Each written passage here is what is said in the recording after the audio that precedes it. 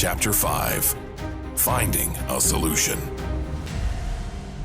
Attorney General Mark Brnovich has called himself a first responder and public safety supporter from the beginning. He backed that up by sending a letter to the League of Arizona Cities and Towns saying you need to follow this law, and if you don't, you'll be held accountable. It's unfortunate that we've gotten to the point where the cities aren't doing the right thing. As I've said, it's not only the morally right thing to do, it's the legally right thing to do. And so we want to continue, at this time, I'm going to do everything I can to continue to at least put some public pressure on them and shame them into doing the right thing. He doubled down on that by recently sending a letter to the Arizona Industrial Commission asking for the number of firefighter benefit cases and their outcomes, trying to figure out and get to the bottom of how and why these firefighters are being denied.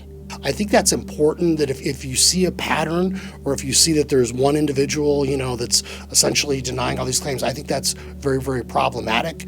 And, we need to start looking at, is this someone that's just being hired by the cities because they know the insurance companies, or hired by the insurance companies because they know that he's going to or she's going to give them or say whatever they want them to say. I spoke with State Senator Paul Boyer, who has advocated and championed for this law to get passed, and he's still continuing to fight for firefighters when he hears about their denials.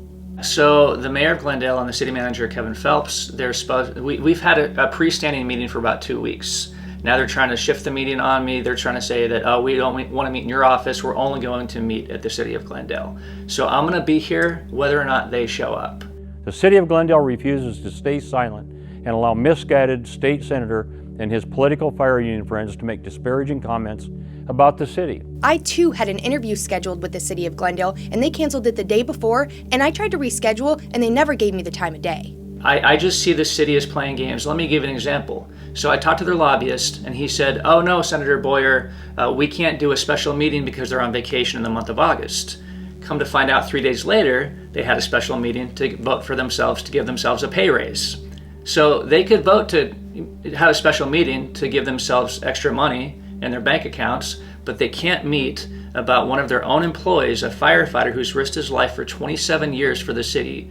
You may know the story and the name of late Phoenix firefighter Brian Beck. I spoke with his sister, Melissa Del Pra, who explained to me what their family went through, not only with his diagnosis and his denial, but their fight in getting his claim approved. It was in February of this year that it was discovered that it was in his brain in 60 different places. So he would need to do brain radiation. And I think that was the reality of how serious that this was. So I think that at that point, the importance of this coverage was tremendous for us and for him.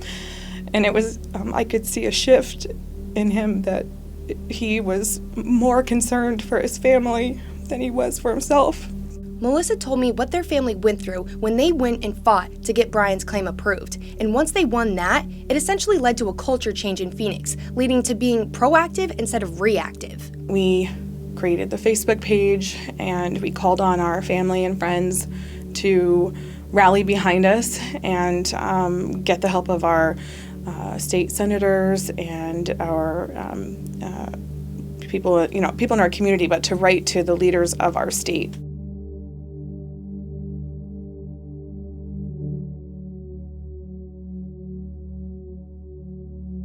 It was a whole council decision to determine regarding these 15 cases. They were on the presumptive list, and that's when we said they're on the presumptive list. We're gonna approve them. Looking at this as a statewide issue, we wanted to speak to the governor and get his take on this.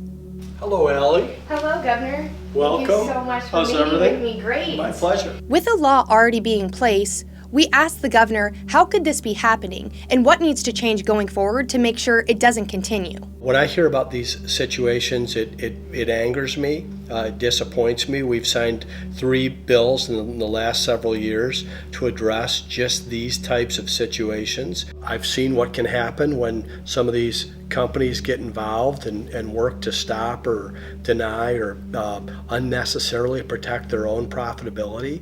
This is a law that was passed for a reason, and it was so that these firefighters would have access to these services, and these insurance companies should be responsive, or we should find new companies or new ways to do it.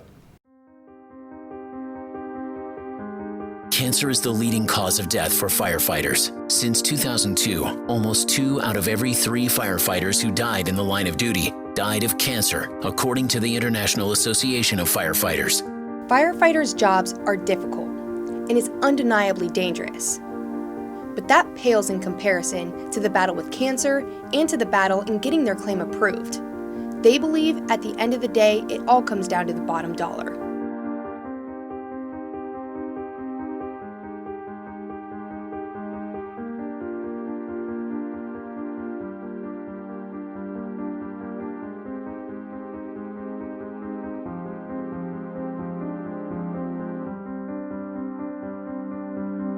This fight is going to reach a point, unfortunately, that it will be irrefutable. In a lot of ways, those of us that are going through this battle right now are the tip of the spear.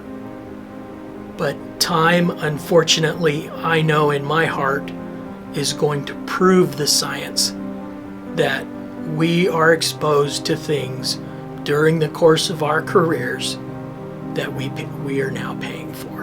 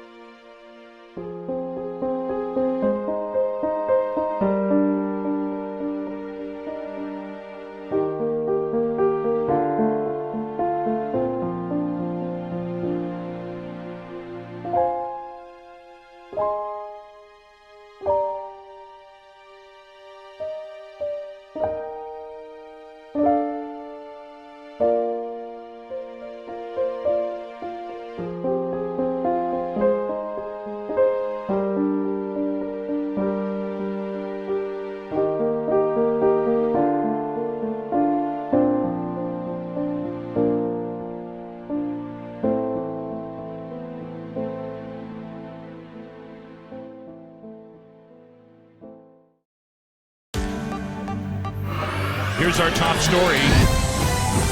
KTAR News, 92.3 FM, Arizona's news station.